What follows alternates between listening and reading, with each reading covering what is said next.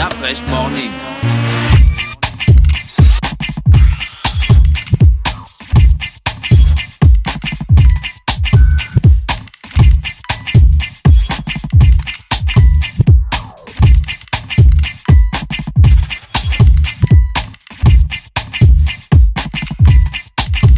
UrbanFM.fm.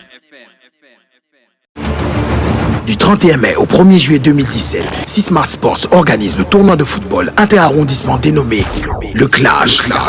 Un tournoi qui réunit les arrondissements des 3 communes de Libreville, 2 équipes par arrondissement dans la commune de Libreville et 3 équipes par arrondissement dans les communes voisines d'Ovendo et d'Akanda. Lieu des matchs, stade de l'INJS, annexe du stade de l'Amitié, stade de Nzengayong et stade FC 105. Pour plus d'informations, www.sismartsports.com. Les inscriptions se font dans les mairies de chaque arrondissement. Infoline 06 32 48 27 07 04 27 45. Un événement sportif en partenariat avec ANAF, OLAM, ANAGESC, Urban FM 104.5 et Quorum Service. Venez nombreux au Clash. Le ministère de la Jeunesse et des Sports et l'association Yori organisent la première édition du Libreville Fitness Tour sous le thème « La femme au cœur du développement par le sport ». Le Libreville Fitness Tour, c'est une caravane sportive exclusivement dédiée aux femmes. Le Libreville Fitness Tour, c'est 3 communes, Libreville, Ovendo et Akanda. 4 sites et 5000 femmes à former. Vous êtes une femme âgée de 15 ans et plus, vous désirez apprendre les bases des exercices sportifs, rejoignez notre caravane en vous inscrivant pour le Libreville Fitness Tour à partir du jeudi 11 mai 2017. Droit de participation unique pour les 4 étapes. 2500 francs CFA, 4 sites, 4 dates à partir de 8h. Samedi 3 juin à la tribune officielle du bord de mer. Samedi 10 juin sur le parking de la gare d'Ovendo. Samedi 17 juin au stade de Nzengayong. Et samedi 24 juin au stade d'Angonje. Libreville Fitness Tour, c'est aussi des conseils de spécialistes de la nutrition et des coachs sportifs spécialisés. Au programme des exercices, abdos fessiers, zumba, maintien sculpte, stretching, point d'inscription, City Sport, GNC cadeau, PMUG, Infoline 06 97 84 27 07 26 05 09. Libreville Fitness Tour, un événement du ministère de la Jeunesse et des Sports en collaboration avec l'association Yori. Sponsor officiel, Anza. Partenaire média, Urban FM 104.5. Sponsor, PMUG, Olam, WeFly et Spayacine.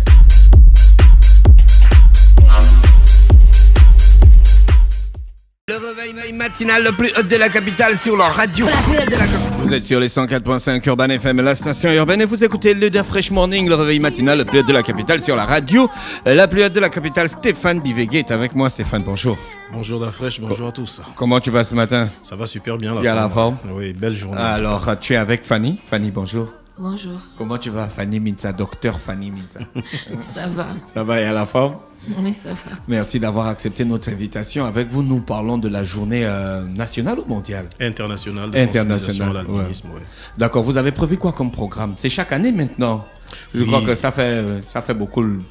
C'est la 3e édition, nous en sommes à la 3e édition. Aujourd'hui, c'est journée sensibilisation à travers les médias. Merci encore à tous les médias qui nous accompagnent, dont Urban FM, la station urbaine, que nous remercions fortement. Car depuis ces dernières années, vous nous donnez un coup de main, alors là, ô combien important. Donc aujourd'hui, nous faisons une sensibilisation aux médias pour annoncer à tout le monde que c'est vrai que la journée mondiale, c'est aujourd'hui, tous les 13 juin désormais, depuis 3 ans.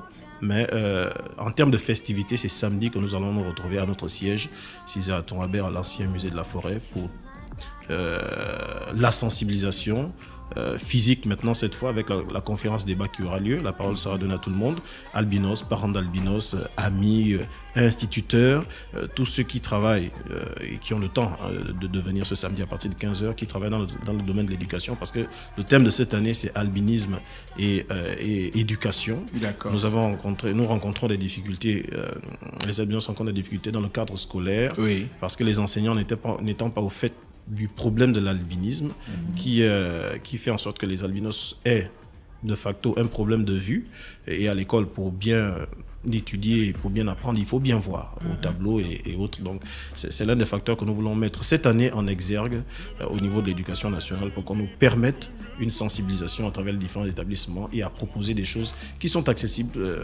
et très faciles à Avez-vous faire. l'impression que votre message ne passe pas depuis vos journées internationales là? Ah non, les messages passent. L'année dernière, nous étions dans les solutions directes au problème du cancer de la peau. Nous continuons toujours, parce que pour apprendre, il faut se porter bien, il faut être en bonne santé. Donc le cancer de la peau reste notre base majeure de sensibilisation. Mais en dehors de cela, oui, le message passe bien. Nous avons des coups de fil, nous avons des retours. Aujourd'hui, la CNAMGS, cette année, nous a octroyé un don important en termes de crème, que nous allons d'ailleurs distribuer lors de la journée de samedi. C'est dire que l'écho est quand même assez favorable. Voilà.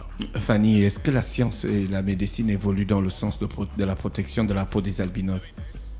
En fait, la médecine n'a pas vraiment besoin d'évoluer. Pourquoi ? Parce qu'on sait ce qui se passe et on sait ce qu'il faut faire quand ça arrive. Sur le plan génétique, on sait pourquoi les gens sont albinos. On connaît les gènes en cause, les chromosomes en cause. On sait pourquoi les albinos font beaucoup de cancers de la peau. On sait pourquoi leur peau s'abîme. Et on sait que c'est essentiellement les dommages dus au soleil.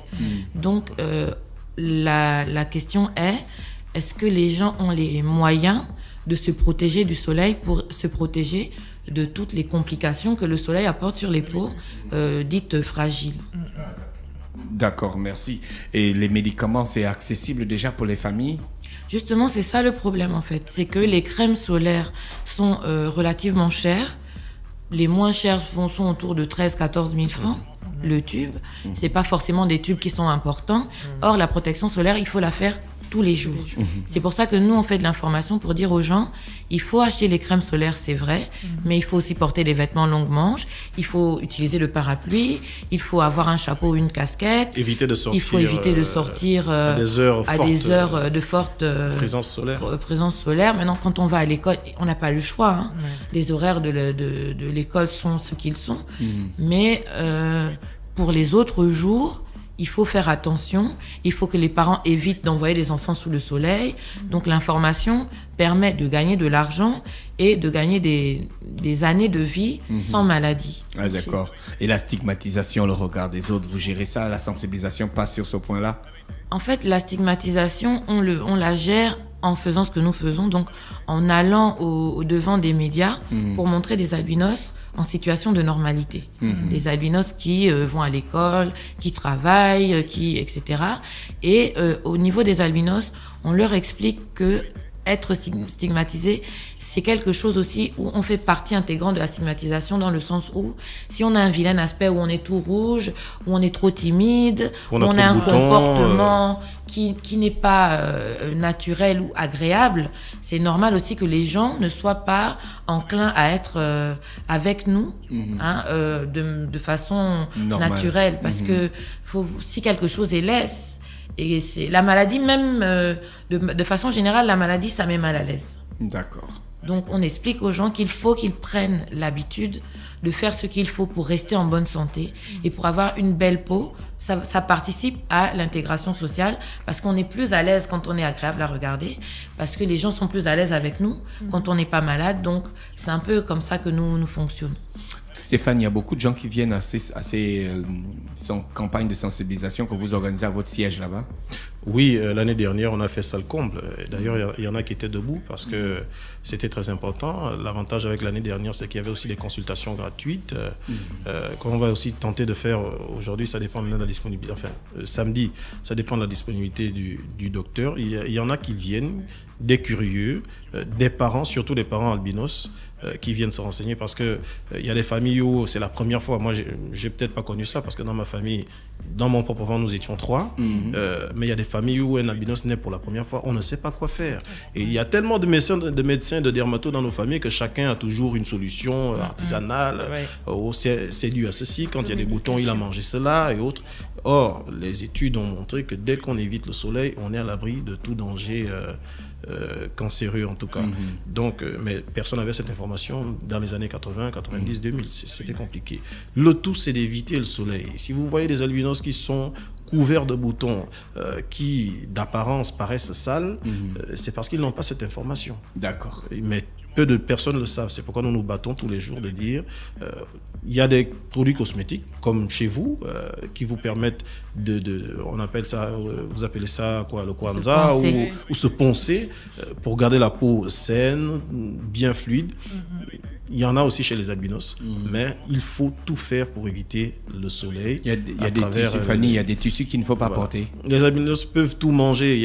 Ça n'a rien à voir avec la consommation. On peut porter n'importe quel tissu, mais les tissus les plus efficaces pour la protection solaire, ce sont les tissus avec des mailles serrées, puisque ce sont des rayons qui traversent. Plus la maille est serrée, moins le rayon traverse. Donc, évidemment, les vêtements transparents, on comprendra bien que les ultraviolets vont passer. Mais un jean ou une chemise en coton, c'est une barrière efficace à 100%.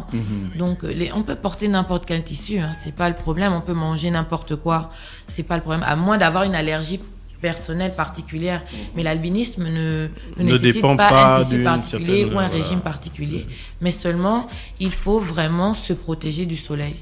Mais c'est difficile à expliquer aux jeunes en milieu urbain qui veulent aller à la plage à 15h, 14h, comme tout le monde. C'est clair, c'est-à-dire qu'il y a des belles filles albinos qui veulent s'exprimer corporellement, tu vois le truc. Torse nu. Mais le soleil n'est pas encore couché à 16h30, il y a presque plus d'UV. Donc... elle veut pas aller à la plage la nuit non plus. Non, mais 16h30, il y a encore le c'est soleil, mais il n'est plus méchant.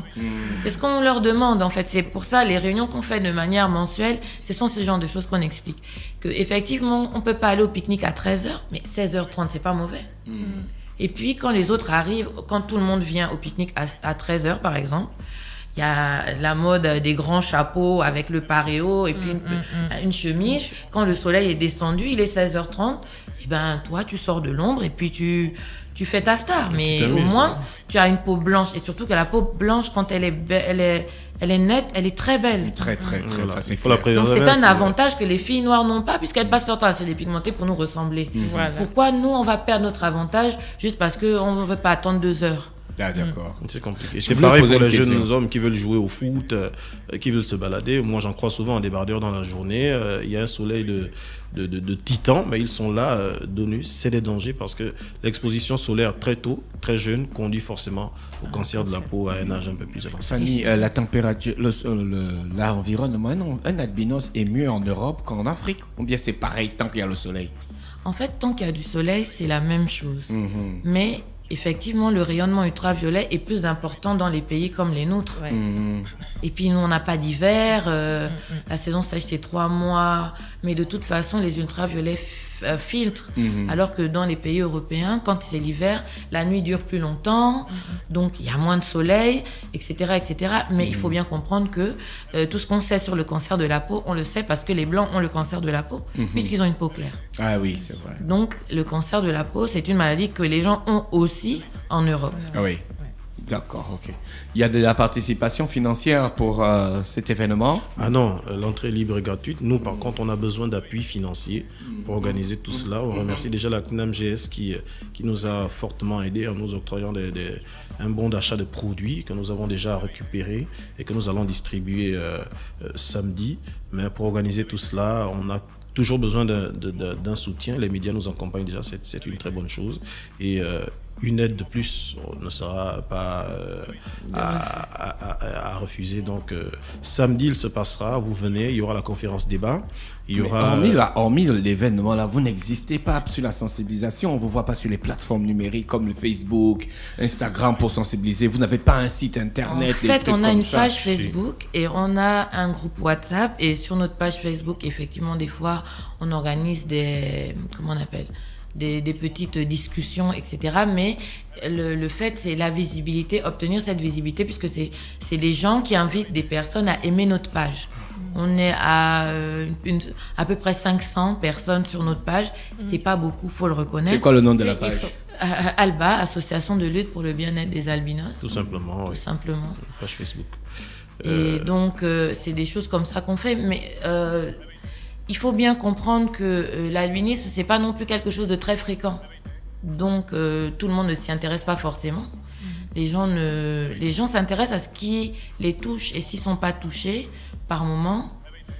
et puis, c'est vrai que nous, on fait des réunions mensuelles où on explique aux gens comment vivre l'albinisme pour que ce soit eux le vecteur de l'information, que chaque albinos soit la personne qui informe ceux qui le croisent de ce qu'est l'albinisme. Parce que c'est difficile de solliciter les gens tout le temps, les gens ont des activités professionnelles et faire tout le temps des événements, c'est pas évident.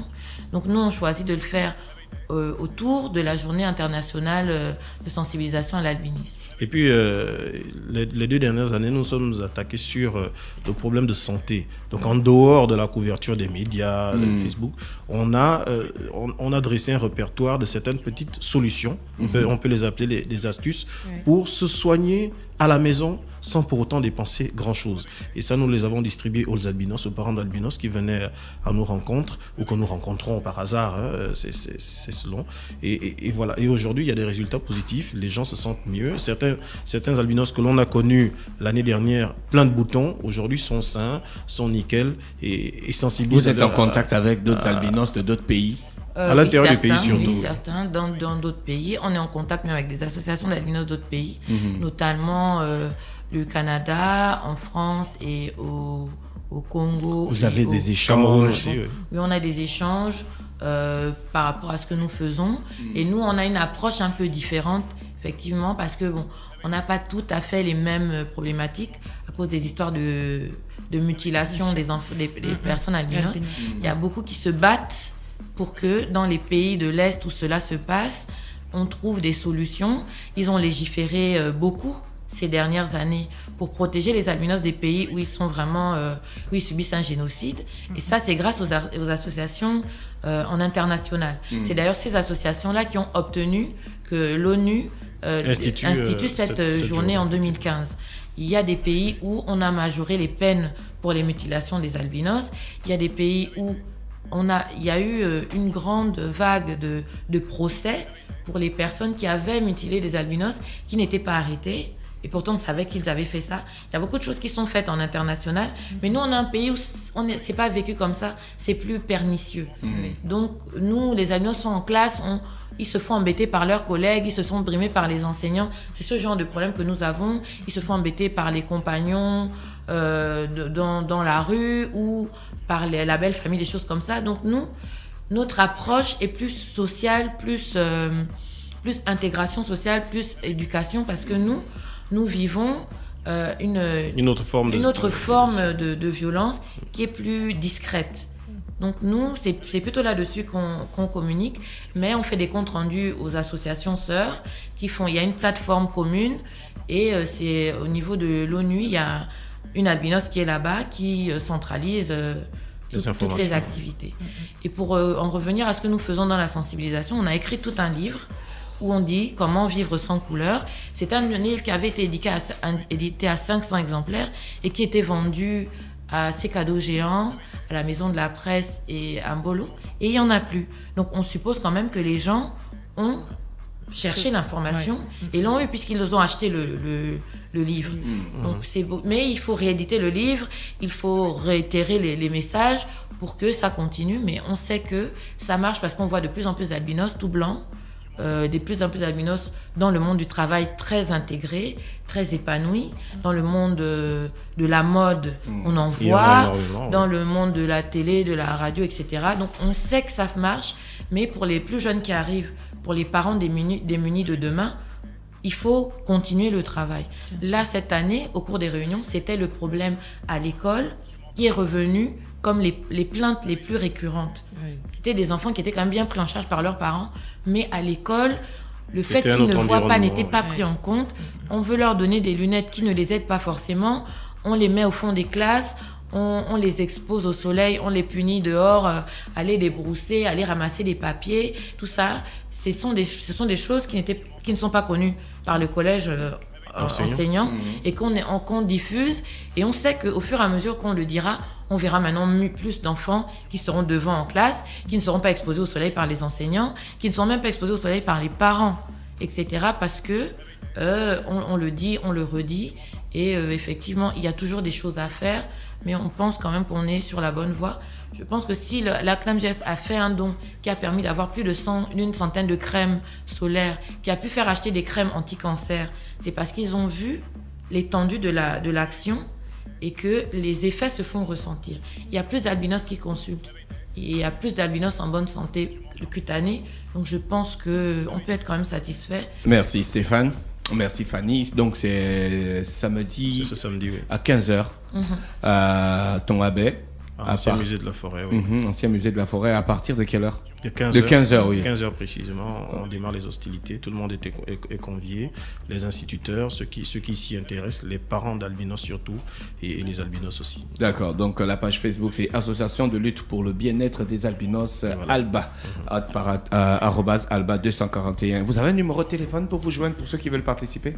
05 34 91 45 et le 06 47 54 89. D'accord. Merci. C'était donc Fanny et Stéphane ce matin qui venaient donc nous parler de la 3e journée internationale de la sensibilisation. La 3e journée internationale de sensibilisation à l'albinisme. Merci. Restez connectés sur les 104.5 Urban FM, la station urbaine. Et on vous souhaite de passer une excellente journée à l'écoute de nos programmes. Merci. Vous aussi. Urban FM. Découvrez et apprenez Urban FM. C'est la première radio urbaine au Gabon. Urban FM, c'est aussi une équipe de jeunes dynamiques à votre écoute pour vous satisfaire. La recherche d'une qualité de son parfaite, de nouvelles techniques de communication. Urban FM, c'est une nouvelle manière de voir et de faire de la radio. Grâce à Urban FM, vous n'écouterez plus la radio de la même façon. Entrez dans l'univers Urban FM 104.5, la station urbaine. 104.5 Urban FM. Urban FM. Stop Fresh Morning.